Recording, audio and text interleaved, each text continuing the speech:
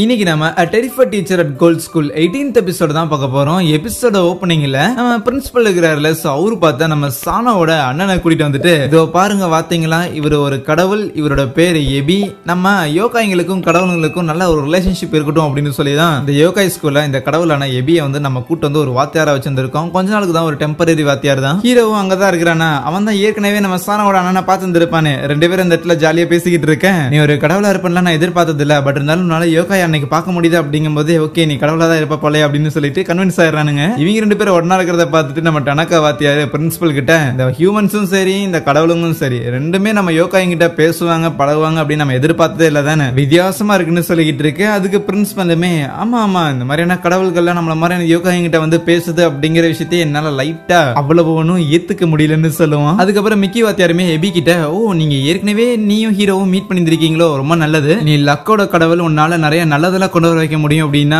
Please எனக்காக help பண்றேன், எனக்கு காசெல்லாம் வேணும், நம்ம ரெண்டு ஃப்ரெண்ட்ஸா இருந்துக்கலாம் சொல்லிட்டு இருக்கேன், உனக்கு என்ன ஃப்ரெண்டா ஏத்துக்கிறதுக்கு அவ்வளவு நாள் எடுத்தது, இவனை வந்தோன்னு ஏத்துக்கிற அப்படின்னு ஹீரோ யோசிப்பான். அதுக்கப்புறம் பெல்லும் அடிக்க சரின்ட்டு ஹீரோவும் டனாக்காவும் கிளாஸ் இருக்குன்னு அங்க இருந்து போவாங்களா. ஓகே எனக்கு ஃபர்ஸ்ட் பீரியட் கிடையாது, நான் எபி வாத்தியார் கூட ஜாலியா பழக போறேன் அப்படின்னு மிக்கி சொல்லிட்டு இருக்கேன். டனாக்காவும் சரி நம்ம ஹீரோவும் சரி ரெண்டு பேரும் மாறி மாறி அந்த ஆள் எவ்வளவு காசு கேட்டாலும் எபி வாத்தியை நீங்க கொடுத்துறாதீங்க, ஏன்னா அவன் திருப்பியா தரமாட்டான் அப்படின்னு திட்டி விட்டு போறாங்களா. இவங்களுக்கு ரொம்ப தான் போறாம அப்படின்னு மிக்கி யோசிச்சுட்டு அப்படியே எபி வாத்தியாரை பார்த்து, ஒரு கடவுளா இருந்துட்டு எதுக்கு தேவையில்லாம இந்த ஸ்கூலுக்கு நீ வந்த, அது ஏன் நான் தெரிஞ்சுக்கலாமா அப்படின்னு செம்ம சீரியஸா இருப்பானா. அதுக்கு எபியுமே சிரிச்சுக்கிட்டு, இல்லப்பா இந்த மாதிரி யோகாய் ஸ்கூலுக்கு யாராவது டெம்பரரியா வாத்தியாரா போறீங்களா அப்படின்னு சொல்லிட்டு சும்மா ஒரு வேகன்சி இருந்தது, சோ அதுக்கு அப்ளை பண்ணா கிடைச்சது, அதனால தான் வந்தேன், மத்தபடி பெரிய விஷயம்லாம் கிடையாது. ஆனா அதே நேரத்துல எனக்கு ரொம்ப நல்லா தெரியும் ஹீரோ கிட்ட இந்த யோகாய்களை எல்லாம் வீக்கன் பண்ற மாதிரியான பவர் இருக்கு, நான் ஒரு கடவுளா இருக்கிறங்காட்டி என்ன அது பெருசா எதுவும் அஃபெக்ட் பண்ண போறது கிடையாது, இருந்தாலும் அந்த பவர்ஸ் மேபி என்கிட்ட இருக்கிற பவர்ஸை ஒரு துளி கம்மி பண்ணுச்சு அப்படின்னா கூட அதை என்னால தாங்கிக்க முடியாது. உன்ன மாதிரி டெய்லியும் பவர்ஸை லூஸ் பண்ணிட்டு இருக்கிறாள், அந்த மாதிரியான ஒரு பழக்கமும் எனக்கு கிடையாது.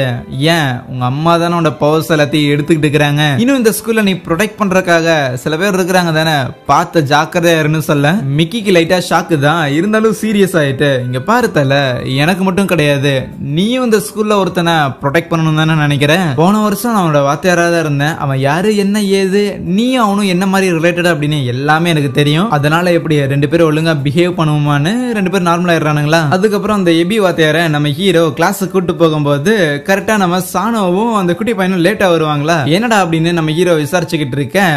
அப்ப அந்த எபி வாத்தியாருக்கு சானோவை பார்த்துட்டு ஷாக்கு, சானோக்கு எபி வாத்தியாரை பார்த்து ஷாக்கு, எங்க அண்ணன் என்னடா பண்றான்னு, ஏன் இந்த ஒரு பையன் மட்டும் ஹேருக்கு கலர் அடிச்சிருக்கான் அப்படின்னு எபி வாத்தியாரு கேட்க, அதுவா கலர் தான் அடிச்சிருக்கான், மத்தபடி அவனும் ரவுடி எல்லாம் கிடையாது, நல்ல பையன் தான் அப்படின்னு சொல்லிட்டு அதுக்கப்புறம் வாத்தியாரை கூட்டு வந்து இவர் கொஞ்ச நாள் இந்த இடத்துல ஒரு அசிஸ்டன்ட் ப்ரொஃபஸரா இருக்க போறாரு.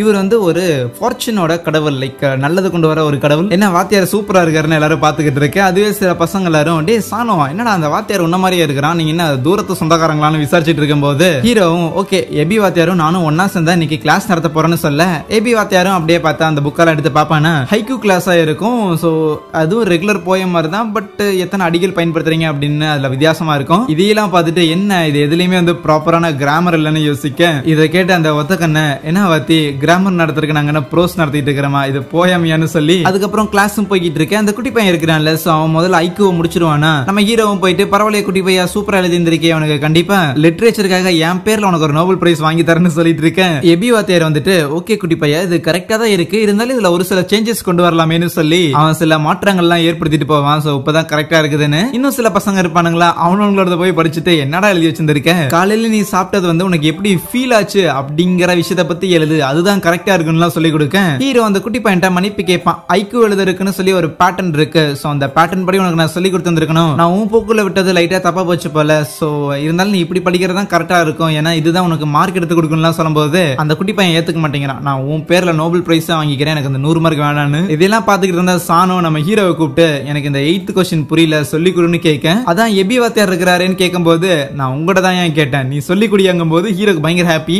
ஓகே 8th கொஸ்டின் என்னன்னா, நீ ரூட் கால்குலேஷன் தப்பா போட்டிருக்கடா அப்படிங்கும் போது, டேய் மேக்ஸ் புக் வச்சுட்டு என்னடா பண்ற, ஓ அப்படின்னா இதை புடின்னு சயின்ஸ் புக் எடுத்து கொடுக்க என்னடா பண்றேன்னு சொல்லி 2 பேரும் சண்டை போட்டுக்கிட்டு இருக்க. இது எல்லாத்தையுமே எபி வாத்தியார் கவனிக்கிறாரு. அதுக்கப்புறம் லஞ்ச் டைம்ல நம்ம ஹீரோ பயங்கர சோகமா மிக்கி வாத்தியார் டனாக்கட்டை புலம்பிக்கிட்டு இருப்பான்.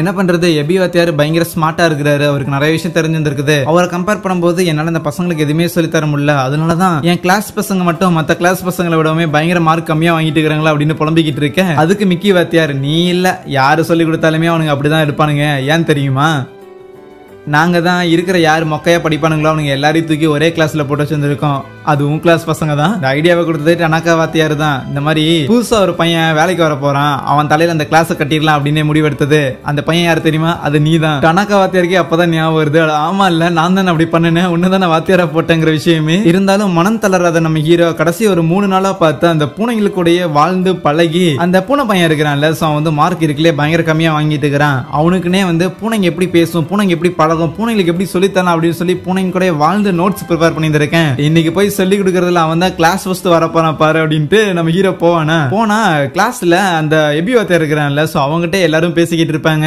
ஈவன் அந்த பூனை பையன் கூட எதையோ படிச்சிட்டு இருக்கும் போது மத்த பசங்களாம் வந்துட்டு, ஏண்டாடே மனசாட்சியே இல்லாம மேக்ஸ் டெஸ்ட்ல போயிட்டு -35 மார்க் வாங்கி வச்சிருக்கியா அப்படின்னு கேட்டா, இல்லடா நான் அது ஏதோ ஜாப்பனீஸ் எக்ஸாம் நினைச்சிட்டு இருந்தேன், போய் உட்கார்ந்தா டைம் முடிய போற நேரத்துல தான் புரிஞ்சிச்சு எதுக்கு ஜாப்பனீஸ் எக்ஸாம்ல மேக்ஸ் ஃபார்முலா எல்லாம் இருக்குதுன்னு, அதனால தான் மார்க்கே வரலன்னு சொல்ல. இதெல்லாம் பார்த்து கேட்டு நம்ம ஹீரோ டிப்ரெஸ் ஆகி அங்கிருந்து ஓடி போக சானுவும் இதை கவனிச்சுட்டு பின்னாடியே ஓடி வருவானா. இருந்தாலும் ஒரு இடத்துல தொலைச்சிடறான். அதுவே நம்ம ஹீரோ போய் ஃபேக்கல்டி ரூம்ல அவன் டெஸ்க்ல தான் கொண்டு வந்திருப்பான், அந்த யூனிஃபார்மை கையில வச்சுக்கிட்டு. அவனை பார்த்த மிக்கி வாத்தியாரும் டனாக்கா வாத்தியாரும், அவனோட பொட்டன்ஷியலா இருக்கிற ஒரு வாத்தியார் கிளாஸுக்கு வந்துட்டாரு அப்படின்னு இவ்வளவு டிப்ரெஸ் ஆவானா ஒருத்தன். இதை பார்த்த பிரின்சிபலுமே, ஓகே நீங்க 2 பேரும் தான் போய் உங்க ஃப்ரெண்டை சமாதானப்படுத்தி ஆகணும், ஏன்னா முதல்ல இந்த ஸ்கூலுக்கு வரும்போது அவன் யாருக்கிட்டையுமே ஹெல்ப் கேட்க கூடாது அப்படின்னு தான் நினைச்சான், ஆனா இன்னைக்கு சோகமா தான் இருக்கிறான், பட் இருந்தாலும் உங்க கண்ணு முன்னாடி தானே போய் வந்திருக்கான், சோ அப்படின்னா உங்ககிட்ட ஹெல்ப் கேட்கறான் அப்படின்னு தான் அர்த்தம், போய் அவனை மோட்டிவேட் பண்ணுங்க, நீங்க தானே அவனோட ஃப்ரெண்டு அப்படின்லாம் சொல்ல.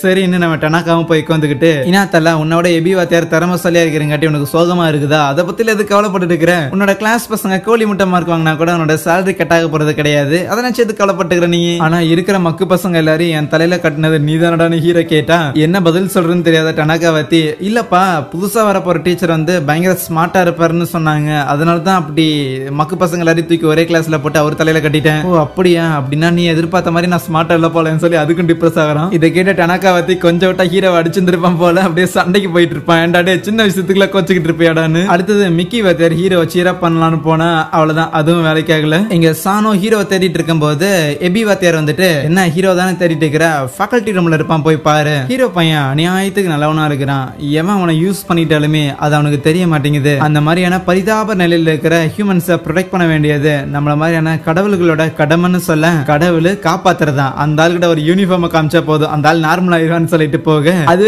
எபி வாத்தியார் பார்த்தா பயங்கர டென்ஷன்ல இருப்பாரு, என் அழகான தம்பியை இந்த ஸ்கூல்ல படிக்கப்பீங்கன்னு நேரா ஹீரோ போய் மீட் பண்ணி அப்படியே லைக் ரொம்ப பாசமா நேசமா பேசிட்டு இருப்பானா சானோ. நம்ம ஹீரோவும் அப்படியே அழுதுகிட்டே இருக்கேன், இது வேலைக்காக தான் அப்படியே கழுத்து பிடிச்சு தூக்கிட்டு, ஏண்டாடி நான் குணமா பேசுறது என்னைக்காவது ஒரு நாள் தான், அன்னைக்கு நீ இப்படிதான் மூடாப்ல வந்துட்டு இருப்பியான்னு அவனை திட்டிக்கிட்டு இருக்கேன். இல்ல என்னால உங்க யாரையுமே வந்து ஒழுங்கா மார்க் எடுக்க வைக்க முடியல, நீங்க கம்மியான மார்க் வாங்கினாலுமே மனசு கஷ்டப்படக்கூடாதுன்னு சொல்லிட்டு நான் நல்ல விதமா தான் சொல்றேன், ஆனா எபி வாத்தியார் அளவுக்கு என்னால கேப்பபிளா இருக்க முடியல, உங்க யாரையும் என்னால படிக்க வைக்க முடியல புலம்பும் போது, டே மெண்டல் நீ அன்னைக்கு சொன்னதை நான் உனக்கு திருப்பி சொல்றேன், நீ எதுக்கு அவங்கள மாதிரி இருக்கணும்னு நினைக்கிறேன், நீ நார்மலா உன்ன மாதிரியே இரு. எபி வாத்தியாரால அந்த பூனை பையனை படிக்க வச்சு 15 மார்க் வாங்க வைக்க முடியும் அப்படின்னா நீ எப்படியாவது அந்த பூனை பையனை 100 மார்க் எடுக்க வைக்கணும் அப்படின்னு சொல்லிட்டு நீ சில புக்ல சில நோட்ஸ்ல எழுதி வச்சிருந்தீல அதையெல்லாம் எடுத்து பண்ணு. எபி வாத்தியாரோட டீச்சிங் ஸ்டைல தான் நீ ஃபாலோ பண்ணுங்கிற எந்த ஒரு அவசியம் கிடையாது, உனக்குன்னு ஒரு டீச்சிங் ஸ்டைல நீ உருவாக்கி வச்சிருக்கீல, அது வேலை செய்தோ வேலை செய்யலையோ ஆனா வேலை செய்யற வரைக்கும் நீ பண்ணணும்ல அப்படின்னு திட்டிட்டு இருக்கும் போது கரெக்டா அந்த பூனை பையனை வந்துட்டு, யோ வாத்தி எனக்கு சொல்லித்தரேன்னு சொல்லிட்டு எங்கேயா போனேன்னு வந்து கேட்டேன். ஏன் எபி வாத்தியார் உனக்கு சொல்லி தெரியலையா என்ன? எபி வாத்தியாரா ஆக்சுவலி வந்து கேட்டாரு, ஒரு 15 மார்க் வாங்குற அளவுக்கு என்னால சொல்லி தர முடியும்னு. அதுவும் நல்ல ஐடியா மாதிரி தான் எனக்கு தோணுச்சு, பட் இருந்தாலும் உங்ககிட்ட கத்துக்கிறதுக்கு தான் நல்லா இருக்குன்னு அவர்கிட்ட நான் சொல்லிட்டேன், அதனால சொல்லிட்டு வந்துட்டேன், சொல்லி குடியா அப்படின்னு கேட்டுட்டு இருப்பானா. நம்ம ஹீரோக்கு பயங்கரமான ஆனந்த கண்ணீரே வந்துடும். அதை எடுத்துக்கு நம்ம பெனிகோவும் பார்த்தா மத்த பசங்க எல்லாரையும் கூப்பிட்டு வந்துட்டு ஹீரோ சீரா பண்றதுக்காக வந்திருக்கேன். அவங்க எல்லாருக்கும் தெரிஞ்சிருக்குது, ஓகே எபி வாத்தியாரை பார்த்து உனக்கு பொறாமையா இருக்கு, அவரு உன்னோட பெட்டரான வாத்தியாரா இருக்கிறங்காட்டி நீ கேப்பபிள் இல்லன்னு நினைச்சிட்டு இருக்கிறியா? ஆமா கேப்பபிள் இல்லதான், அப்ப கேப்பபிளா இருக்கிறதுக்கு என்ன பண்ணணும்? ஹார்ட் ஒர்க் பண்ணணும். ஹிஜிட்டா தான் முக்கியமான விஷயத்த சொல்லுவான், நாங்க எல்லாரும் முட்டா பீஸுங்க தான், அதனால தான் எங்களை இந்த கிளாஸ்ல போட்டு இருக்காங்க, ஆனா எங்களை மாதிரியே முட்டாளா இருக்கிற நீ சொல்லி கொடுத்தாதான் எங்களுக்கு அது புரியும், சரியா? போற போக்குல முட்டாள்னு சொல்றான் பண்ணி வச்சுட்டு இருந்தாலும் நம்ம ஹீரோ பயங்கரமா ஃபீல் பண்ண ஆரம்பிச்சிடும். லைக் கண்டிப்பா சரி உங்க எல்லாரையுமே படிக்க வச்சு 100க்கு 100 வாங்க வைக்க போறேன் அப்படின்னு அழுதுகிட்டு இருக்க. நடக்கிறது எல்லாத்தையுமே அந்த எபி வாத்தியாரும் கவனிச்சுட்டு இருக்கிறானா.